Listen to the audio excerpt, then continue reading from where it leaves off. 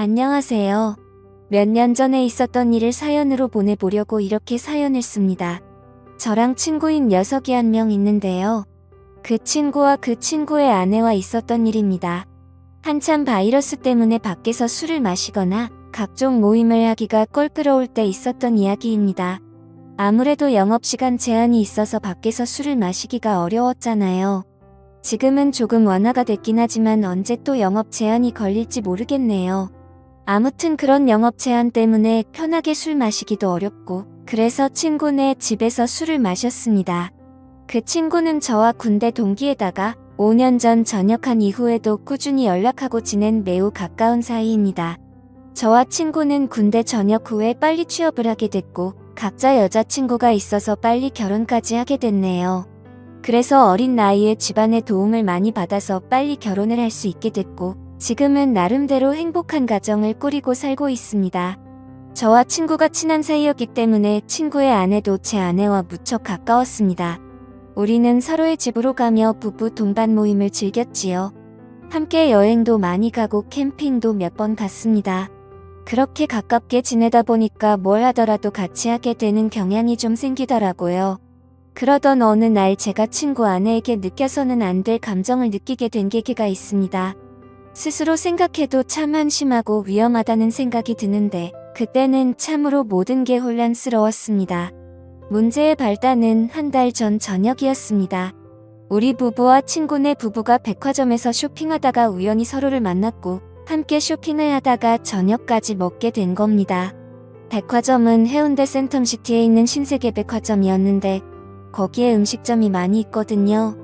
워낙에 백화점이 크다 보니 쇼핑하는 데에만 엄청난 시간이 걸렸고 발도 아프고 해서 따로 어디 가지 않고 백화점 안에 있는 식당가에서 함께 저녁을 먹으며 여러 대화를 이어갔습니다. 식사를 거의 다 할 때쯤 친구의 아내가 잠시 화장실에 다녀오겠다며 급히 일어서더군요. 그렇게 5분쯤 지났을 때 마침 저도 화장실이 급해 겸사겸사 일어났지요. 밥 다 먹고 운전도 해야 하는데 본격적으로 운전하기 전에 깔끔하게 화장실 다녀오는 게 좋잖아요. 그런데 화장실에 가던 중 통로 앞에 넘어져 있는 친구의 아내를 본 겁니다.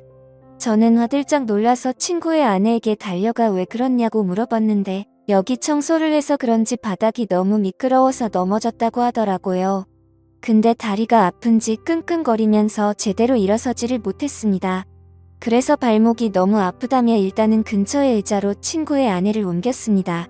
저는 친구에게 전화해 지금 재수씨가 발목을 삐어서 편한 신발을 신어야 할 것 같다며 차에 가서 편한 슬리퍼 같은 신발 있으면 가져와 달라고 말했고 친구가 올 때까지 일단 응급처치를 해야겠다고 생각했습니다.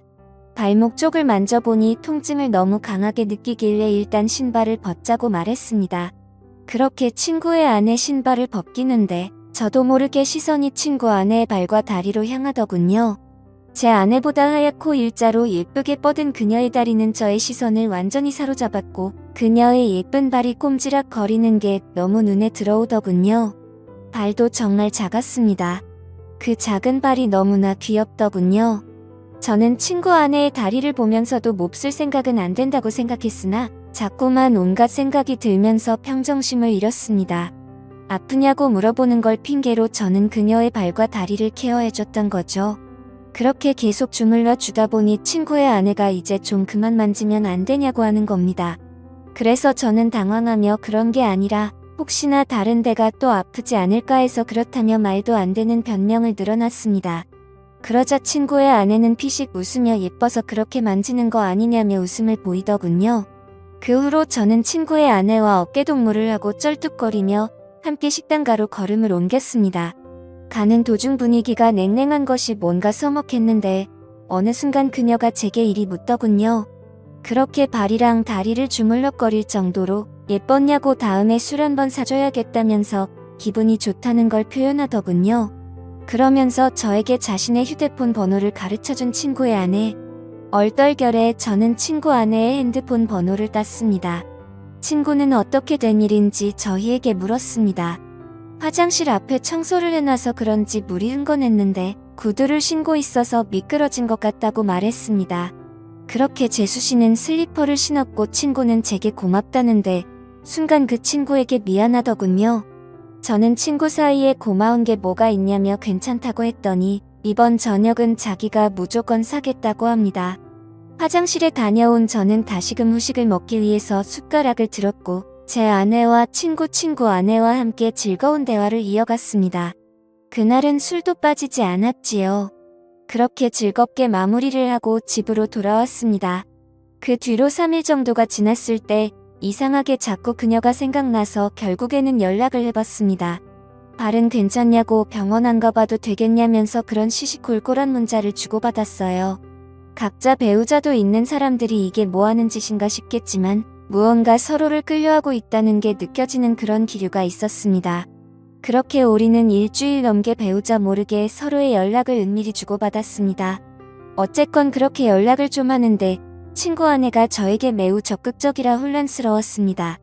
문자를 몇 번 주고받지도 않았는데 그 뒤로는 요즘에 뭐하는지 별일 없는지 시간 있으면 술 한잔 하자는 식으로 여러 번 말을 하는 거예요.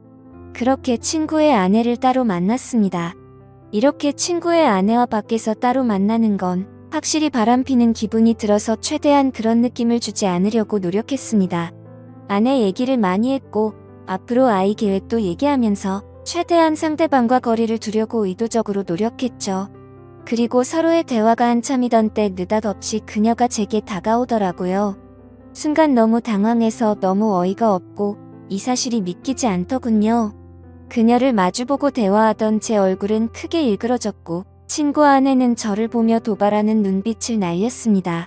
초저녁에 만나서 그렇게 간단하게 자리를 가지려고 했는데 계속 이렇게 하다가는 뭔가 사고를 칠 것만 같아서 저는 급하게 집으로 가야 한다며 집으로 돌아갔습니다. 솔직히 너무 무섭더군요. 그녀는 정말 친구에게는 과분하다는 생각이 들 정도로 아름다운 미녀인데 왜 갑자기 저한테 그렇게 대놓고 도발을 하는지 믿을 수도 없었고 그럼 그녀의 태도를 어떻게 받아들여야 할지 혼란스럽기만 했습니다. 그렇게 안절부절 못하면서 휴대폰만 보고 있었는데 어느새 시간은 12시쯤이 되었고 마음이 심란해서 잠이 오질 않더군요. 그런데 느닷없이 어디선가 전화가 걸려오는 겁니다. 친구 아내였습니다. 저는 전화를 받지 않으려고 했으나 자꾸만 걸려오는 전화에 난감했습니다. 제 아내는 이 야심한 밤에 누구냐며 짜증을 냈고 저는 회사 상사 전화라며 거실로 나와 걸려오는 전화를 속삭이며 받았습니다. 이렇게 늦은 시간에 왜 자꾸 전화하냐고 말했습니다. 그러자 한동안 말이 없던 그녀는 남편이 오늘 급하게 출산 때문에 지방으로 내려간다며 우리 집으로 오라고 하더라고요. 저는 가지 않겠다고 대답하고 전화를 끊었지만 마음이 너무 혼란스러웠습니다. 사실은 미치도록 가고 싶었습니다. 도저히 그녀의 유혹을 떨쳐내기가 쉽지 않더라고요. 앉아서 10분 동안 안절부절하며 생각만 한 것 같습니다. 이건 마치 하늘이 준 기회라고 생각했거든요. 아직 혈기왕성한 어린 나이에 한 명이라도 더 경험하는 것이 하늘이 나에게 준 축복이 아닐까 하는 생각이 들었습니다. 도저히 그 유혹을 떨쳐버릴 수 없었습니다. 결국 저는 자고 있던 아내 귀에 대고 회사에 급한 일이 있어 나가봐야 한다고 둘러대며 급히 옷을 입었습니다. 그렇게 집에서 나온 저는 친구네 집으로 향했습니다.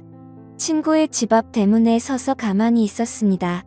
항상 이곳을 올 때면 친구가 저를 반겨줬는데 오늘은 친구가 아니라 친구의 아내가 저를 반겨주겠다는 생각이 들더군요. 한편으로는 마음이 참 씁쓸했습니다. 그렇게 집으로 들어가 현관을 지나 거실로 들어서니 촛불이 켜져 있었고 와인까지 준비되어 있었습니다. 그 광경을 보고 저는 정말 두근거리더라고요. 친구 아내는 예쁜 미소를 지으며 쳐다보는데 정체가 도대체 뭔지 궁금했습니다. 만반의 준비를 하고 친구의 남편을 꼬시는 여자가 정상이라고 생각이 들지 않았거든요. 저는 일단 경계하는 자세로 그녀와 이야기를 이어나갔습니다. 그녀의 이야기를 들어보니 충격적인 사실을 한 가지 알게 됐습니다. 자기가 지금 이러는 이유는 자신의 남편이 먼저 바람을 폈기 때문이라는데요. 남편은 어느 순간부터 출장을 굉장히 많이 가기 시작했고 그런 남편이 의심스러워서 남편의 휴대폰을 조금씩 봤다고 하더라고요. 근데 남편의 휴대폰에는 직장 동료와 주고받은 연락이 상당히 많았는데 그 중에 몇 명의 후배와 나눈 연락은 느낌이 많이 달랐다고 합니다. 심지어 한 명의 후배와 바람을 피운 게 아니고 여러 명의 여자와 동시에 바람을 피우고 있었던 겁니다. 그러니까 그렇게 출장을 핑계대며 항상 외박을 했던 것이었어요. 그래서 자기도 바람을 필 생각으로 저에게 도발을 했다고 말하더라고요. 그렇게 그녀의 이야기를 한동안 듣던 저는 와인에 취해 속마음을 털어놓았고 결국 그날 이후로 친구 아내와 저는 몰래 만나는 사이가 되었습니다. 어떻게 보면 참 이상하다고 생각할 수도 있지만 서로가 연인처럼 만나면서도 친구 아내의 고민과 깊은 감정까지 주고받았습니다. 그렇게 몇 달이 지나고 여름 휴가를 받게 되는 날이었습니다. 제 친구 녀석은 아니나 다를까 여름 휴가를 받아놓고는 또 장기 출장을 핑계로 누군가와 제주도 여행을 갔더라고요. 그동안 저도 궁금해서 친구에게 이런저런 이야기를 들었는데 저에게 자신의 외도에 대한 이야기를 다 하더라고요.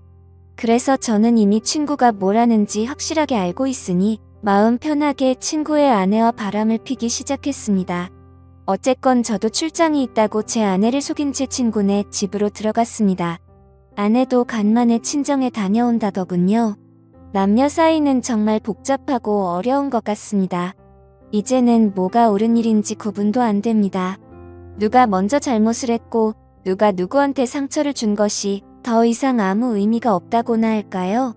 그냥 저는 지금 이 순간을 최선을 다해 즐기려고 마음먹고 있습니다.